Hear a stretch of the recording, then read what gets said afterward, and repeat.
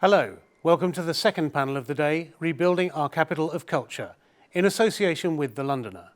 I'm Nick Curtis, the Evening Standard's chief theatre critic, and today I'm in London's famous Leicester Square, at The Londoner, the first of its kind, a super boutique hotel. As a pioneering, purpose-built hotel, The Londoner embraces the drama and energy of its West End neighbourhood through its masterful architecture and design, sophisticated social spaces, and its collection of distinctive restaurants and lounges. As a guest, you are a member of The Londoner's 24-hour private club, The Residence. 3 beautiful, immersive spaces to dine, drink and think at. The Y Bar, the drawing room and the whiskey room. This afternoon, we're here in the drawing room. Joining me are Amy Atkinson, lead actress of Pretty Woman the musical, Charles Oak, hotel director of The Londoner, Ros Morgan, chief executive of the Heart of London Business Alliance, and Gala Gordon, actress, producer and co-founder of Platform Presents. Thank you all for joining me. It's obviously been a difficult year for everyone, but in our sectors particularly. We all know some of the figures that 40% of freelancers have left the theatrical profession. Many galleries have had to let go many curators and support staff. This is an industry that at its widest point, where it's valued at the whole creative industry sector is worth 111 billion to the economy. And the arts and culture themselves contributed 10.5 billion to the last year, for which we have effective records before everything was laid waste. I thought it might be helpful to start if I just asked you all what sort of a year you've had and how you've got through it. Which of the arts helped you through it? Was it Netflix? Was it books? Was it poetry? What? Amy, if we could start with you. Oh gosh, it's been a crazy year, hasn't it? I have been doing all the things. I think I kind of went into jobbing actor mode and just hustled like I've never hustled before. So I ended up teaching. I actually ended up being a creative producer of an online theatre streaming company. So I ended up streaming 10 shows, which was absolutely incredible thing to be a part of, and managed to get actors and actually pay people, which was amazing. I felt so proud and honoured to actually do my part, and actually help. The crazy thing I did was I ended up walking the Coast to Coast walk, which is like 300 miles or something, with my dogs to raise money for the Royal Theatrical Fund. So I just needed to do something, and I felt so lost, and like I didn't know what to do. So I just ended up doing all the things, really. So it's been crazy and amazing, but also very, very tough. Yes. Ros, how about you? How have you got through it? Well, I started off trying to keep fit and going for runs, and that worked for a while until Christmas came, and then it went all downhill. But back into it again. But truthfully, that was really my way of release, because actually from the first day of the crisis, my job has been to really lobby on behalf of my 600 members, and it's multi-sector. Here in the West End, we've got a whole variety of types of businesses, and it was then that they needed me the most. So I've been really busy lobbying to protect their interest and ensure that they're getting the support that they need, so that when we can reopen, that we reopen with a bang. Yes, I see. Charles, how about you? Well, I think it's probably been one of the worst year, if not 2 years, of my entire career. We are an industry that's been decimated by what's happened in the world. We've had to say goodbye to some extraordinary people from our industry and our company. But I've been in this building every single day for the last 2 years in my hard hat and high vis, and we're all still here, and we're still smiling, and we're getting on with it. But it's been really, really dreadful. But I've had some free time, and I joined Kew Gardens, and because I love gardening, and I've learned how to grow geraniums. Who knew? Who knew? But I've done things that I thought I would never do before, and I've done some work with some volunteering work, which I will continue to do so because I loved it. But dreadful, but at the same time I've almost rediscovered myself, which has been really interesting, quite a profound change in my life. Right. Yeah, and but still, we're here, we're getting on with it. Yes. And I think, like all things in life, when it's very, very tough, we come out of it much stronger. And I think that's how we are as a company, Edwardian Hotels, and certainly here for The Londoner. Yeah. We as a team are so desperate just to get on with it and prove to the world that the last 10 years have not been in vain, and we have something to be proud of. Yes. And the West End, because Yes. we're all so passionate about the West End. Yeah. How about you, Gala? How was your year? Well, it was It was definitely very interesting, but incredibly inspiring. My production company that I run with is Development First, and we were able to put some plays online. And I also very fortunately was able to shoot a feature film for Amazon over January and February, which was a whole new experience to be filming under the COVID protocol. But it was really amazing to see the tenacity and resilience of the creatives across the board and how we could all come together and meet online and create work. Yes. I mean, I think a lot of us did sort of look to the arts in lockdown. A lot of us watched a hell of a lot of Netflix, didn't we? A lot of us read a lot of books. So much that we ended up resorting to online had its roots in live theatre or live events, didn't it? So much music that we listened to grew out of touring artists and so on. I wondered just briefly if we could touch on whether you think things could be done better or worse. I mean, how do you think the handling of the lockdowns went? Could you, from your point of view, have seen things done better, Charles? Will you start? You're asking. That's a yes from all. You're asking a hotelier, of course, and we have been decimated. But yeah, I think shoulda, coulda, woulda.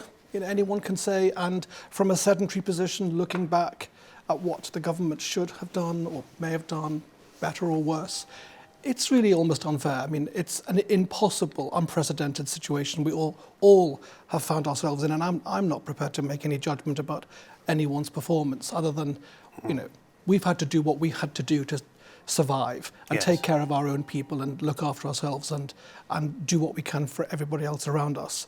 And we've contributed all sorts of ways to helping other companies and support other people. So, I think it's unfair to say people should have done this better or they could have done that better. But, go back 2 years and put yourself in that position and see how you would have done it. It may have been very difficult. Must have been hard. Amy, for you must have been. Did you have that thing of going in and being told you're not going on stage tonight? Yes, it was really surreal. It was a very strange moment. And for me, this is so ignorant, but I was in a play, I was doing in technical rehearsals, we were putting this show on, it's the biggest show that I've ever done.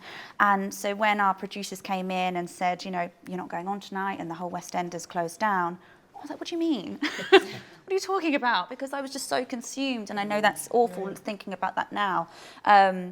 But yeah, it's been very disheartening for so many people involved. I think what's been difficult, and you're right, there's no point looking back now and saying they could have done this, they could have done that. But I think what was hard for the theatre industry was, you can go back, now you can't go back. To mount a show, I was in a production called Six, the musical, before this, and they've done so much work. Just a small show. Just a little thing, You may not have heard of it. You may not have heard of it, I thought it was quite... Anyway, but they've tried so hard and they've been knocked back so many times. And to mount that show and put it on and move theatres and all of that costs so much money. So I think that's what's been so difficult, is we've been trying so hard and losing all the money as we go just to put the arts on. So that's the only thing I would say, is that's the hardest thing, was just the coming and going. We didn't really know, and we still don't know where we're going, really. I've heard a few facts, which is it takes about 3 to 6 months to reopen a show. Yes. And for that opening night, it costs about £1.2 million, and then also there's this 2.5 million that needs to be made up, from the losses during the course of the crisis. So it's quite a significant investment for any, theatre to put in place. And so something that I've been working on in support of that is working alongside the likes of SALT, the Society of London Theatres, to lobby government for an insurance scheme, a government-backed insurance scheme, which has been done for other industries like the film industry. So the model's there, and we're continuing to push for that, because my concern is we've heard the announcements yesterday, where does that leave the reopenings? We want the theatres to have the confidence that should they open and for whatever reason due to the pandemic it closes, they will have the insurance there to back them. And the private sector are not forthcoming with that. They said they won't even look at it until 2022, the end of. So we desperately need government to really stand up and do something about this, because it's not just the theatres in the West End. The theatres are the be-all and end-all, frankly. That's what you come in for. Then you stay in a fabulous hotel like this. You might not want to leave, but for the majority, you're coming in for that experience. And the rest of the sector, the rest of the businesses are so reliant on that art and culture sector to be open. Yes. I'd like to go to Gala maybe for to put the question in a slightly different way. Were there any benefits that came out of the past year or 14 months? Has necessity been the mother of invention in some ways? Definitely. I think we've learnt so much from lockdown, and I think one of the things that I have really noticed is how adaptive we are as human beings, how resilient we are, and how forward-thinking we are in terms of telling stories. Storytelling is the lifeblood of this city. It's what brings us together as a community, and it gives us all of us sitting here, great joy and great purpose. I mean, we've seen so much work in different capacities go online, which I think is a very interesting shift for our culture. I think we're looking at democratized ticket prices. We're for the first time able to access global audiences, which you might not be able to, which you definitely can't do when you're just selling a physical space. So as a producer, you're looking at a much higher audience participation. And also, if you're putting a production together on Zoom, which we did at the beginning of lockdown in May, we put on a Tom Stoppard play reading in aid of the Felix project, we were able to work with creatives from all over the world. So if you're putting something together on Zoom, you can have a sound designer in Brazil, you can have a director from Tokyo, and suddenly you're bringing all these creatives together and you're meeting on this medium. Now, I definitely am the first person to say that nothing can replace the visceral experience of sitting next to somebody you don't know, turning your phone off and suspending disbelief. But I think it's posed a really interesting question for all of us to look at in terms of how we archive and document our times. Yes. And how we allow for stories to reach wider audiences. I think it's also possibly, it has sort of brought people and different sectors together. I was talking to Rufus Norris from the National Theatre, who was saying theatre was a weirdly sort of siloed business, that you'd have regional theatres, you'd have the subsidised sector, you'd have the West End, and nobody was really talking to one another. For the past year, they've all been talking to one another on a weekly basis. Mm-hmm. You must have found this, Ros, not just within theatre, but across the whole of the West End businesses. Absolutely. So I've been in the West End for a number of years now, and pre-crisis, we would always try to actively encourage, the institutions. We've got the Royal Academy just up the street. We've got the National Gallery. We've got the National Portrait Gallery. We've got hundreds of small galleries in and around. And we would try to encourage them to engage with the business community, to look at, how could we bring all of this out onto the streets. But frankly, it didn't really happen. It was kind of pushing water uphill. But the crisis, the opportunity that the crisis has brought is we all needed one another, through absolute desperation. Frankly, we had to work together. And so it's allowed my company to develop a cultural strategy for the West End that we'd already, put in place, but it allowed us to turbocharge that. So only a few weeks ago, as an example, we had the Royal Academy, the National Portrait Gallery, the National Gallery collaborate for the first time in history, and they're only streets apart, to put on an augmented reality gallery, which is basically a trail in and around the West End where you use your QR code, and suddenly this image comes to light, and you get to see paintings that you could only see inside, and suddenly it's exposing a much greater audience to maybe something that they hadn't seen before, and it allows them to experience it for free and in their own time. So, yes. And it's wonderful. Yes. Thank you, Charles. Yes. It's so wonderful. It's interesting, though, Charles, you talking about volunteering, Amy, you talking about your charitable walk. I think there was a lot. Us being all forced apart also forced us to realise how connected we were, didn't we? Absolutely. Definitely. And I think things happening like Black Lives Matter happening through the year as well made suddenly all these things were very, very, very present in people's minds. And I've been struck by how much theatre, the theatre that I've seen, has not been happy clappy entertainment, but has actually been quite stimulating, challenging stuff which addresses social concerns. I wonder if people think that this will be a message we'll carry out of the pandemic, that we have to be aware of who's excluded. Yes, absolutely. I think what's been amazing about this time is we've all had a pause, which has given us time to actually think about a lot of things.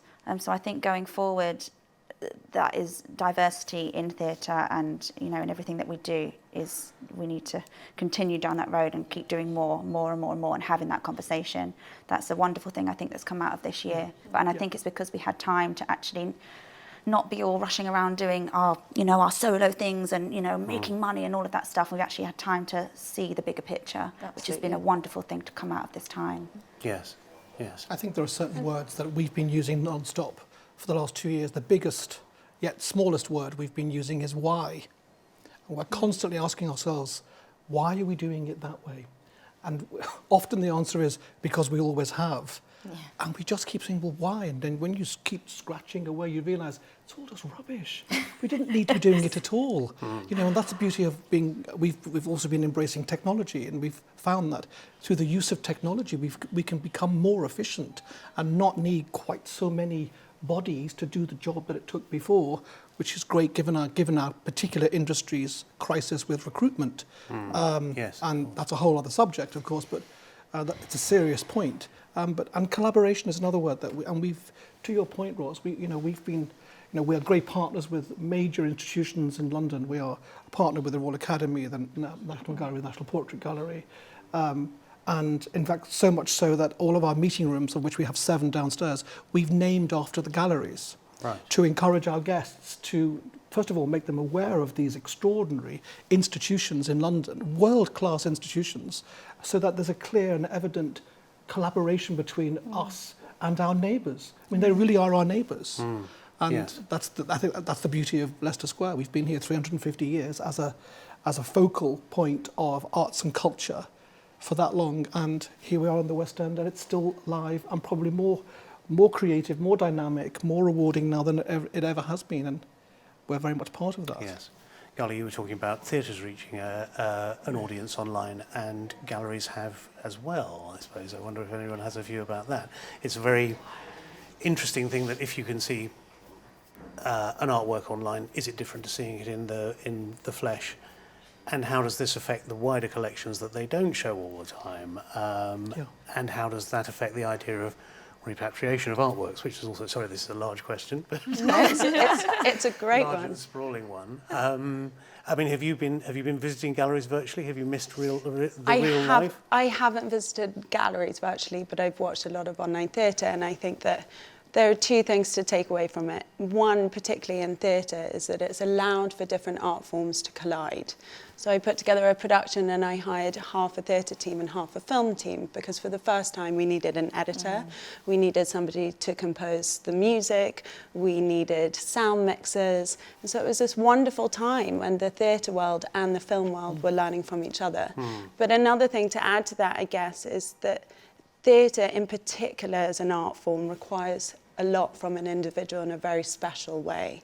You know, we're now very used to picking up our phones and watching Netflix at home, and you can get very distracted, but I can't find a replacement for the theatre that you book your ticket, you turn up, and you switch your phone off, and there you sit in front of a stage that often reflects incredibly important matters that need to be discussed. So I think as a life force, as an art form, it's vital to the DNA of our British culture. Yeah. Ros, do you think galleries are having to question themselves as a result of the hard year they've had?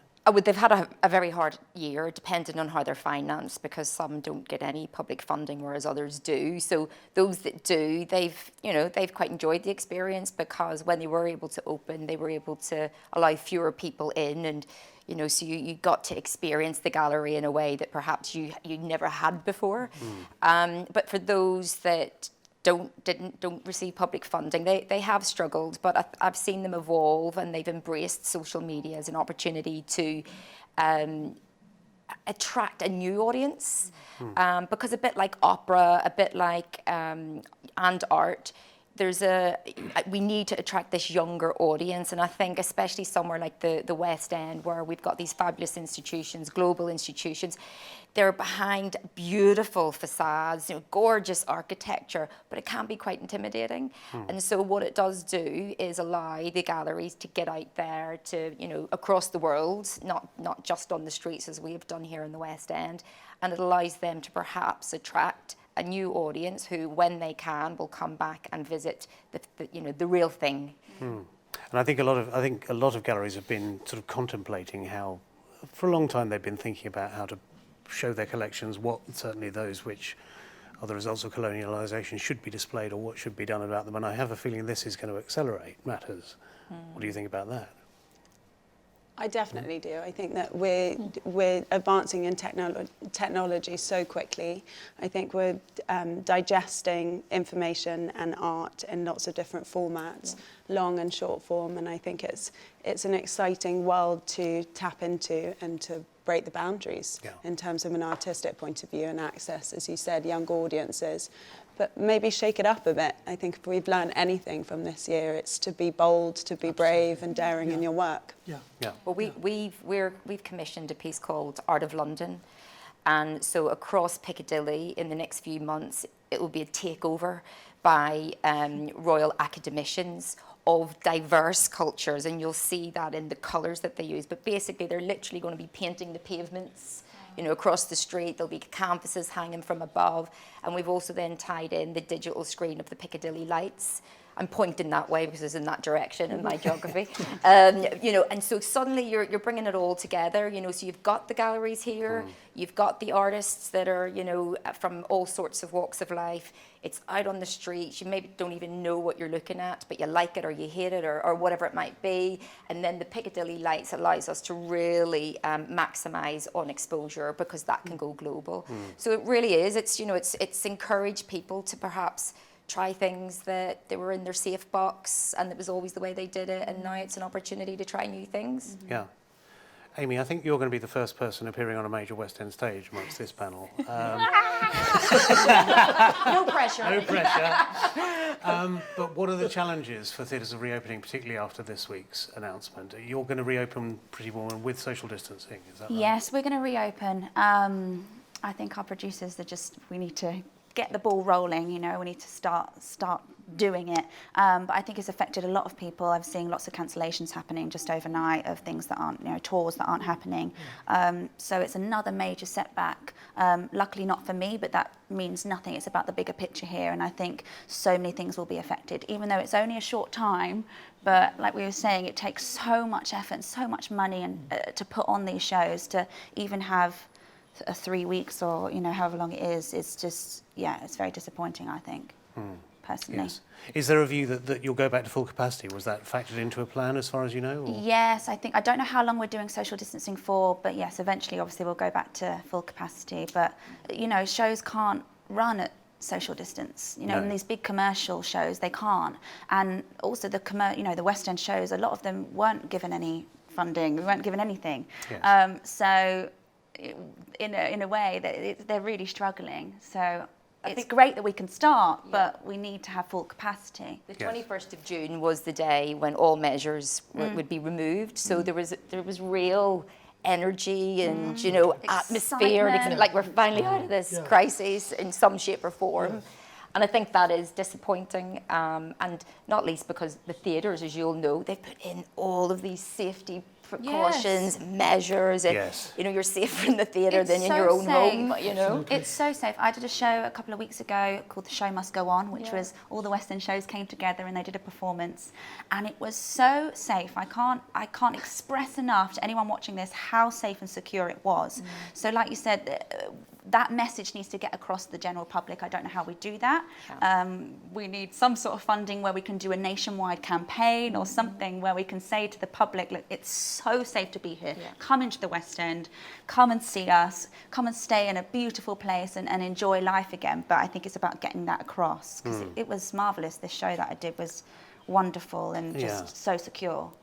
Charles, do you get a sense that there are that people are desperate to travel to get to hotels again, and are people desperate to get back to live entertainment, to be out and about, eating, drinking, going to shows? Yeah, I mean, absolutely. I mean, I'm in this, we're all in this beautiful building and we can't wait to get open, and our inquiries and people are showing such interest in wanting to just come to London and the Londoner. But moreover, I think they want to come back to the West End. You know, the West End is still the beating heart of London. It's where all the artistic action, cultural richness takes place, and they want to be part of it. Desperate. You know, we're flesh and blood. We want to be with other human beings. You use the word visceral. I think that's absolutely right. We want We want that experience again where we're interacting with people and talking and, whilst having interval drinks, talking to complete strangers about what we've just experienced. In the and I living think- Yes, exactly. Yeah. And although, watching something virtually on television, and I watched, something wonderful with Gillian Anderson, A Streetcar, but extraordinary as that was, it will never replace being in a room with other human beings, enjoying it together, being terrified or emotional or being in tears or in laughter. That's what people are desperate for. It's like going on holiday on your own and being like, oh, look at this amazing thing, and there's no one to share it with. It's exactly the same feeling. Yes. You want to share, you want to connect. That's what we're here for. Yeah, But you both will know probably better than myself and Charles, but there must be a kind of a reaction to the crowd. When you've got this live audience, you must act differently. It must give you a bit more of a energy, and it's palpable, and it's a feedback that makes you show up every day and keep going, knowing that you can perform in front of somebody and they can either love your performance or hate it, but you're just going out there and saying, this is what we're doing. And I think one of the really important things at the moment to shine a light on is how many people make up a theatre production or a musical. It's not just the actors on the stage. There are so many people, from running the bar to behind the scenes, and I think we've really got to look at how we raise awareness around that, and in particular how we can shine a light on supporting graduates who unfortunately were halted in terms of graduating from drama school. I think that we need to look at, when we're assembling these West End shows, we obviously need actors and musical theatre talent with big names to bring in the crowds, but then I think we need to look at the rest of the pyramid and we need to say, okay, great, we're going to bring in 5 graduates on this show and we're going to give them an opportunity, because we need to feed back into the ecosystem. Yeah, again, I think that goes back to the sort of interconnectedness of everything. Yes. It isn't just about the stars on the stage, as you say, it's about the wig makers, it's about the lighting companies, many of whom I think have gone to the wall. It's about the taxi drivers and the printers, although it may not be about the printers for much longer, I suppose. That's one of the things that I think maybe that's where we have been, the industry has been sort of kicked forward, in that the virtual world does seem to be taking over more so, not just in terms of performance, but in terms of the way you book a show, that it's all online now, the way you get your tickets, the way you access programme material. Do you think this is a sort of positive move forward? I don't know, who wants to dive in here? Yes, I do. I think it is positive, because I think it's streamlining an individual's experience of the theatre. And from that, most of the ticketing agencies and the big theatre companies can then distill the data that we get from that. So just one person coming up to London and going to the theatre, it has a knock-on effect for, as you say, the taxis, the restaurants and the hotels. We can then use that to create something really unique from them. And then we can then suggest other shows. And that's how we, I think, can build this sort of energy around getting people back in and galvanizing them to return. And I think we need that information. And I think we can use it to our best. You're absolutely right. You must have, the hospitality sector must have been sort of way ahead of the theatre sector in terms of everything being online, mustn't you, really? Yeah, and I think what's come up over the last couple of years is an opportunity to just break all the rules and just do things differently and give them a go to see, because you're absolutely right about streamlining. We are looking at ways in which we can create experiences for people that are frictionless. So there's nothing in the way. It's just it's simple to do business, and that's why we, as a hotel and a company, The Londoner, we are partnering with as many people as possible so that we're putting things together so our customer simply has one go-to person, and then that can be dealt with all in one go. So I don't like using the word packaging, but we have done a lot of that in which we create and experiences that people just are buying into one, and it takes care of all sorts of experiences, whether they be cinema or theatre, film, fashion, whatever it is, but it's primarily around the West End. Yes. And everyone benefits from the fact that we're making things frictionless, because it's simple to do. That collaboration and creating a mass community. Yeah. So we are, for example, we are a partner with the Royal Academy with the current exhibition with Tracy Emin, and we pre-book hundreds of tickets, knowing that we will definitely be able to use them. So as a partner, we just put it together, and then our customers have a frictionless experience. It's done, it's dealt with, and they have nothing to worry about. It's all taken care of. Yes. It's an expectation now, isn't it? I'm Yes. sure we're all the same as Yes. consumers. Yes. You know, it needs to be as easy as possible, you know, and I think it's incredibly important for that international audience. So they're not here, they can't jump to the ticket booth and try to get the best deal. So this, you know, if we can offer that online, I think it's just evolution, isn't it? You know, we don't use faxes anymore, do we? I don't know, maybe some people do. You know, so it's just an evolution. It used to be the fax, then it was the phone, you know, now it's online. And I think it's good. It streamlines it and makes the experience world class. I'm the only one on the panel that remembers telex. I might do. I don't. No comment. These two don't even know what that is. I'll tell you something weirdly. Wired magazine, the technology magazine, was one of the last people that used to use a fax machine, which was really strange. Wow. If you wanted to buy in one of their articles, Wow. you had to fax them. And Wow. yes, so there we go. There's that. Ros, tell us about Holber's strategy. Tell me what the view is of your group as to how to. I mean, so the company itself, we're responsible for protecting our members' interests. And as I say, we've got about 600 from all sorts of sectors, property owners and businesses themselves. So we're responsible from anything from what I call the guts and the gore, which is cleaning the streets, making it safe, making it attractive, right through to the glitz and the glam, you know, which is all of this world-class lifestyle offer that we have in the West End. But it's really important not to take that for granted. And it's really important that we continue to evolve that as well. We cannot rest on our laurels, not now especially. As people want to come back, as soon as the doors are open, people will have so much choice of where they want to travel, and we need them to come to London as their first preference. And another interesting fact is something like 80% of international visitors coming to London come for their cultural offer. So well done, well done. Yes, bravo. But what we've been working on in the background is a cultural strategy. I mean, we started it long before the crisis, but as I say, the crisis gave us a bit of time to really put it into place and into practice.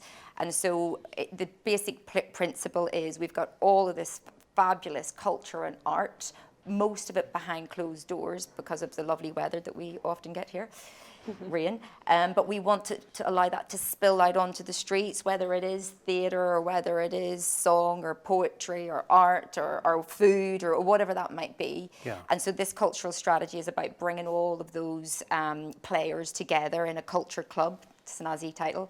So we've got all the lead institutions, all the key players around the table to say, you know, how do we make this happen? And the time during lockdown allowed us to do that much more smoothly via Zoom, dare I say it, in a way that we perhaps would have had to plan, you know, quite some time just to book a meeting.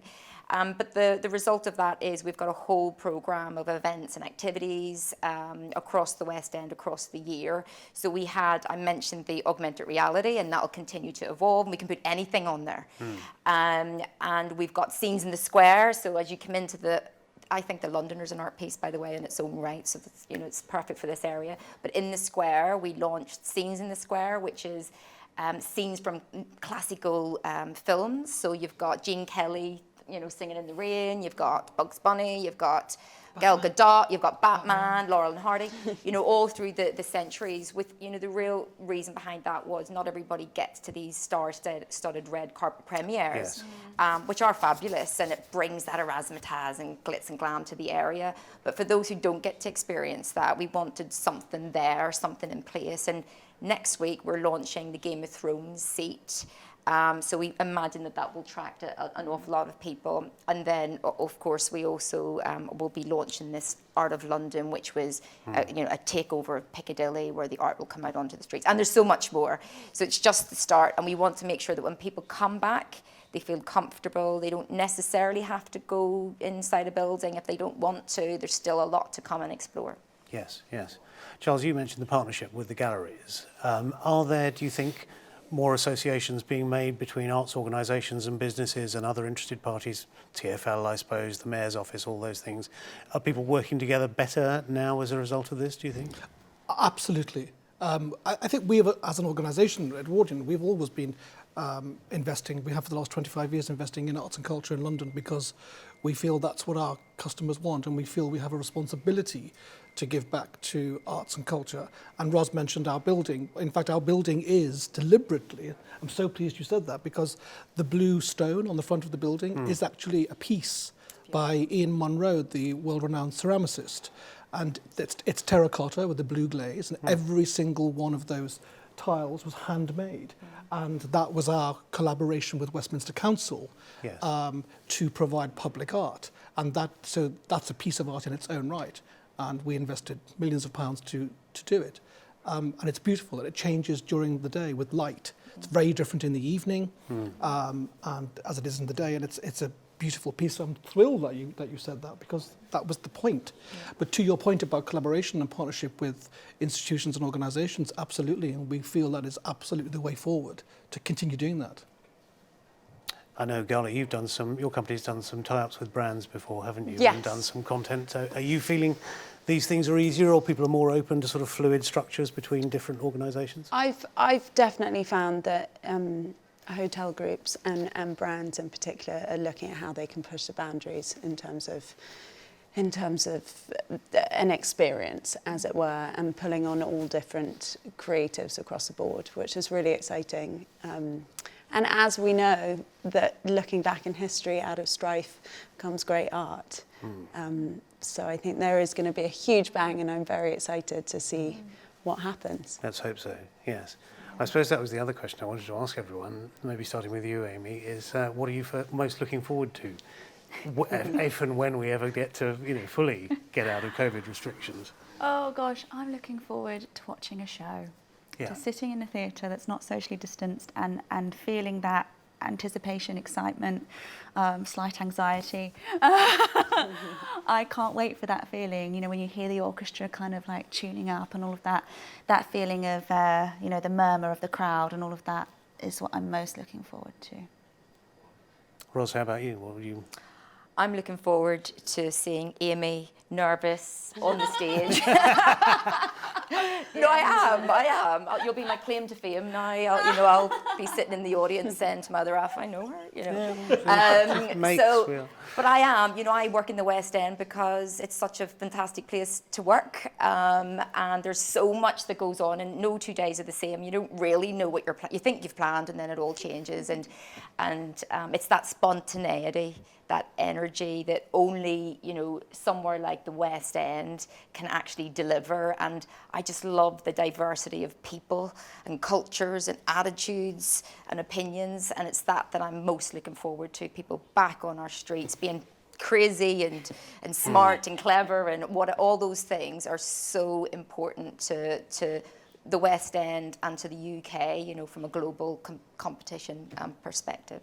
Yes.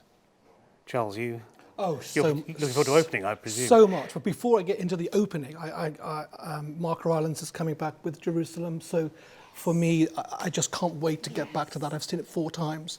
Only did it last time. I just want to get back and see that again, because for me, that was your word. It was that experience. It was just so extraordinary.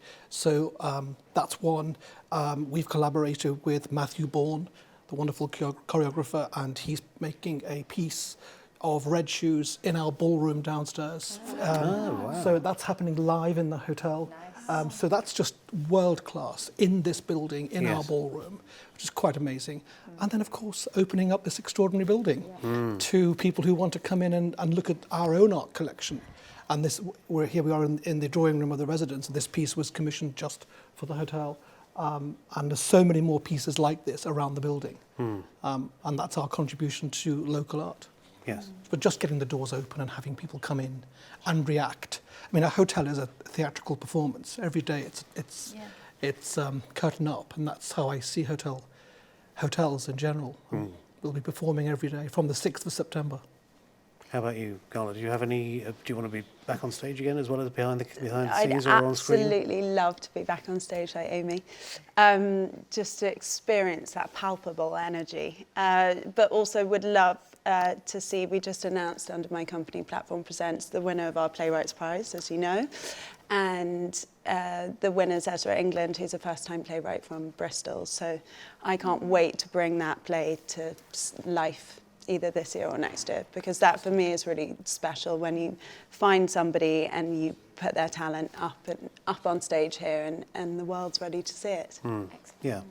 Are you confident, Ros, that people will come back to the West End? Absolutely. Do you get There's the sense nowhere out else there? like it in the world, you know. We're always at the top of the league table. None of that has actually changed, you know. It's difficult when we're in this period not to be a bit doom and gloom. But, you know, for me, nothing really has changed in terms of our offer. In fact, it's just got better because of all the things we've discussed. Absolutely.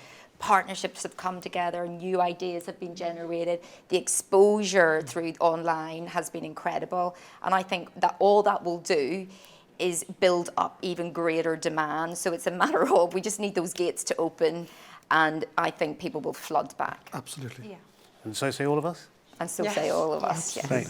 Well, thank you all very much for your time. No, thank you. Thank you for Thank you having very us, much. Nick. Thank you.